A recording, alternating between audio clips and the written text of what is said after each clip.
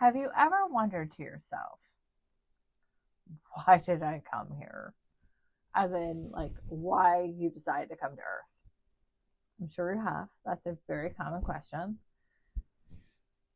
Well, with the barrier stuck deep inside our minds the way that it is, you can't remember what you decided to do. You can't remember who you really were or who you are. And, it seems hopeless, right? It's not. It doesn't have to be.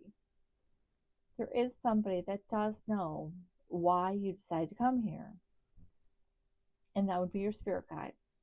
They do know that answer because you probably told them before you decided to come here. You probably said, I want to do XYZ. Mm-hmm. Well, they've probably been trying to steer you towards XYZ this whole time, and you probably have no idea, right? So, what do?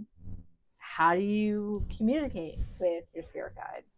Well, it's really quite simple. No special tools required.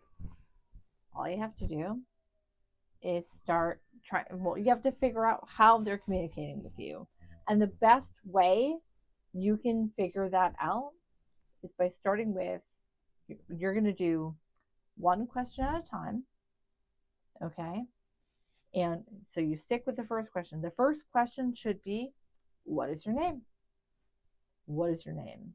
Every single day, ask them what their name is until you get the answer. And once you get that answer, and they'll tell you because they'll get excited and they will use all kinds of things to get that answer to you. Once you do get their name, then you have a history of examples of how they chose to communicate that answer to you. And then after that, you do another question and you stick with the one question until you know you have the answer. And then over time, it gets easier.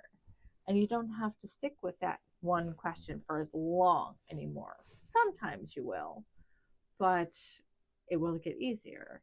And then suddenly life becomes fun because now you know exactly what to look for and what signs and clues to follow, and you will head towards the goal you set out to accomplish in the first place by coming here.